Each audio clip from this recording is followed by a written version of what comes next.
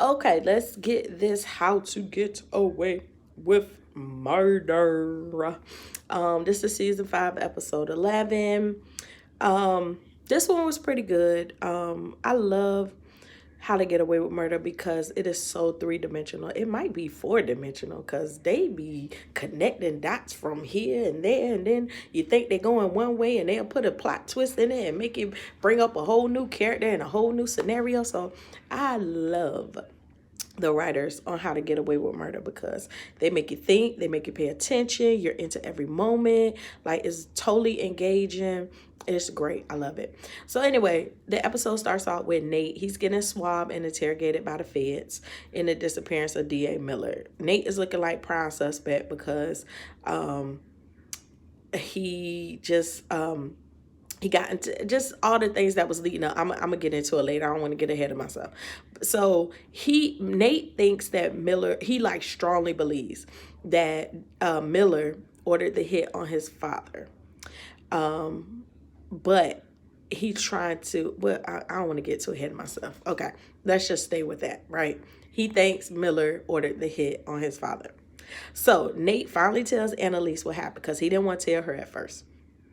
And she, of course, giving her advice, advising him and Bonnie, on what to do next.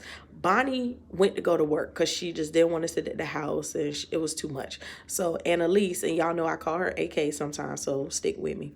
So she tells Asher to go to work because remember he started working right before Miller disappeared or died. He started working there. So she tells Asher go to work and look out for Bonnie because she's on edge right now.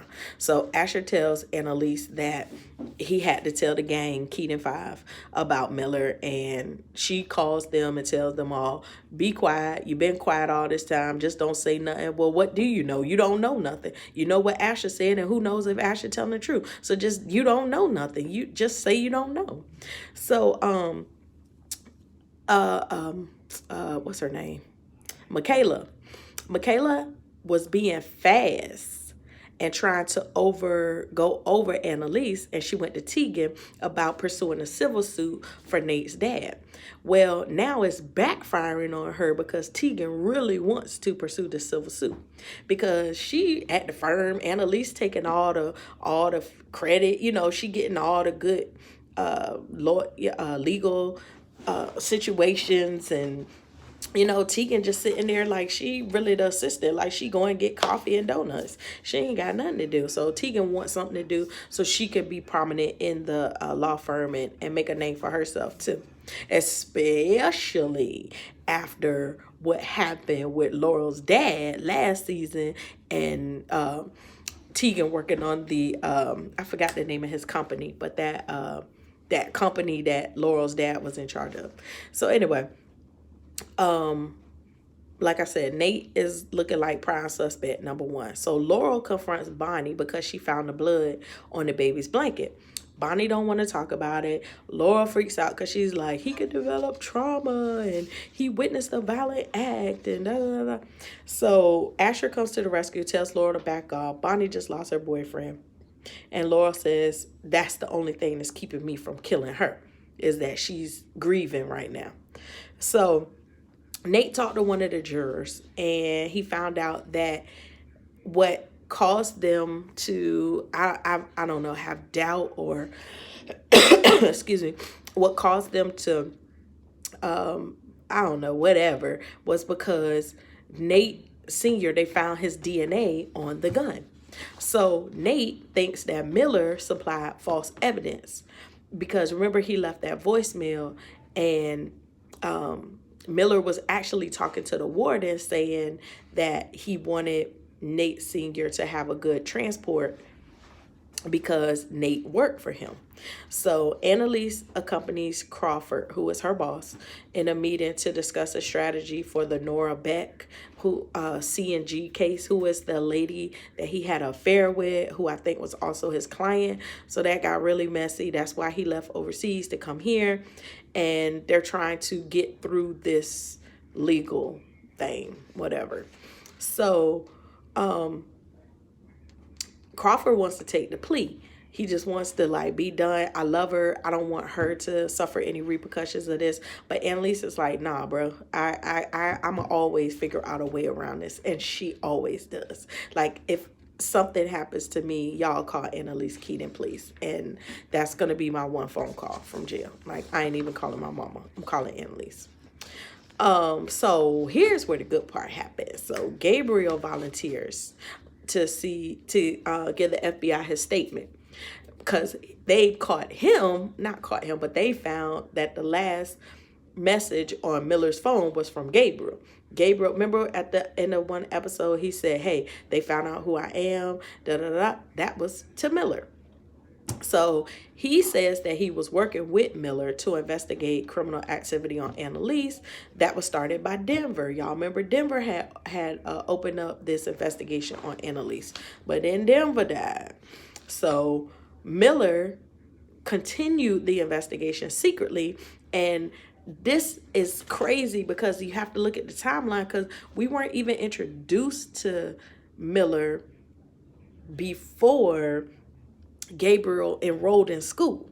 So that's what I'm saying about the writing on this show. It's like, look at all that connecting they had to do. So for that means that Miller and Gabriel had a history prior to him even enrolling in school, knowing that was the campus that his father taught at, knowing that was the campus that Analise was teaching, studying law, putting himself on a trajectory to even be a law student. Like the writing is immense in this, so it's great. I love it.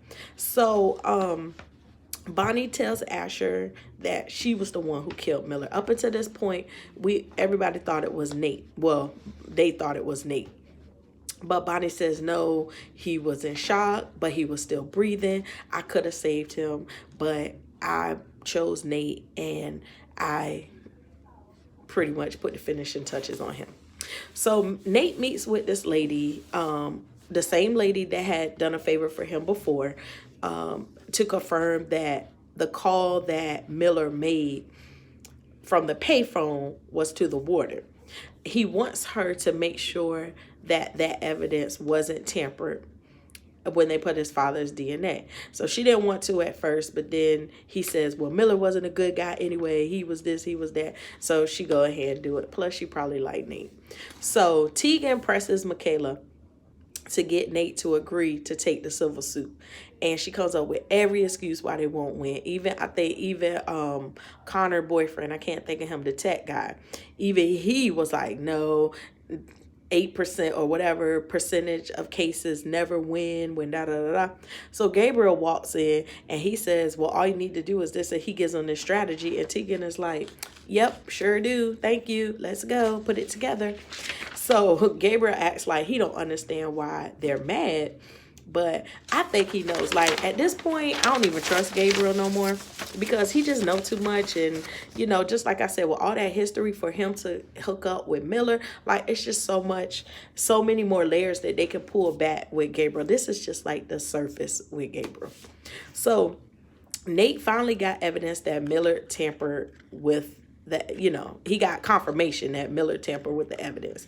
And Annalise tries to talk him out of it. She tells him, you know, your gut is not enough. Like, you're going in the wrong direction. You're making yourself look guilty, you know. And Nate is just really struggling right now because he feels guilty for all that time lost, hating his father. He, you know, regrets killing Miller or beating him within an inch of his life.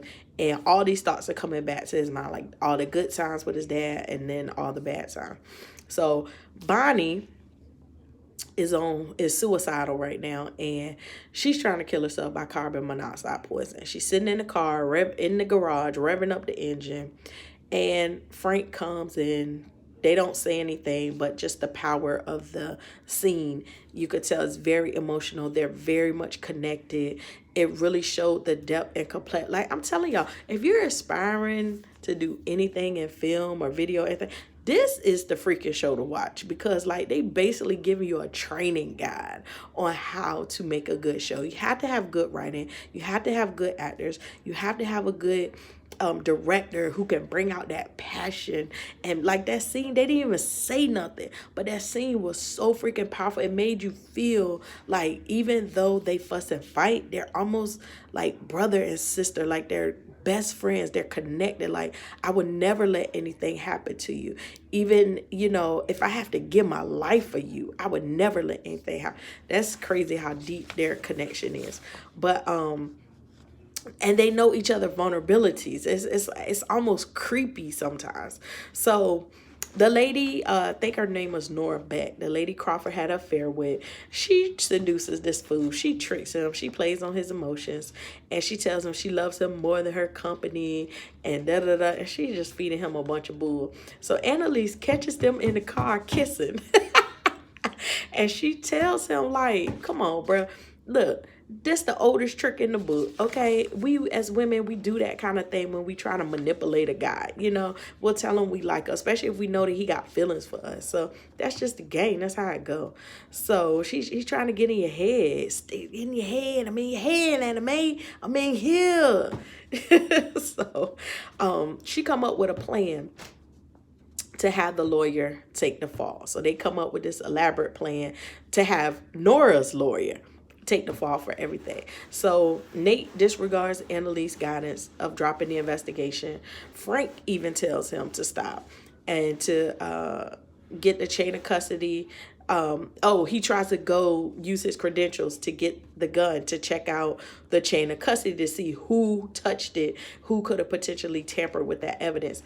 Those are denied. And when all of that piles up, it's like boom, boom, boom. Here comes the FBI. So they take Nate in. Now, Nate is looking like, okay, this is it. Nate did it. He's real guilty. He about to get arrested. He's going to jail. But Tegan actually tells Analise that they want to push for the civil suit. So Analise says Nate is going to push for the criminal case. So now Tegan knows that the Keaton Five were lying. So Tegan is pissed because she like, y'all played me. Michaela, you owe me. You of all people, you owe me. How you do this to me twice?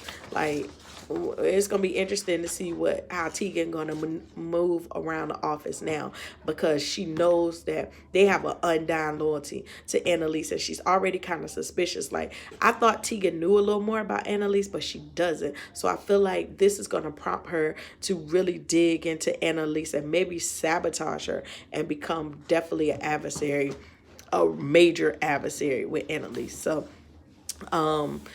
Analise tells the Keaton Five that Nate has a plan to place blame on the governor. He even let them swab him, and he did it outthinking them because he knew that if they had his DNA on file, they could match it to see if his father prints were on the gun. Pretty smart, Nate. Risky, but pretty smart. So they don't, and the feds tested, they confirmed. So that's why they were coming to pick him up when he was trying to get the chain of custody credentials, well, the chain of custody for the gun. And they tell him, hey, Nate, you were right the whole time. So this week, Thursday, it's going to be crazy. Like I said, I love How to Get Away with Murder. It's probably my #1 favorite show until Braxton's come back. Then it'll be #2. But I just love everything about How to Get Away with Murder. Shonda, great job. Love you guys at ABC, the whole team. Shout outs to y'all. All right. Thank you for watching. Bye, boy.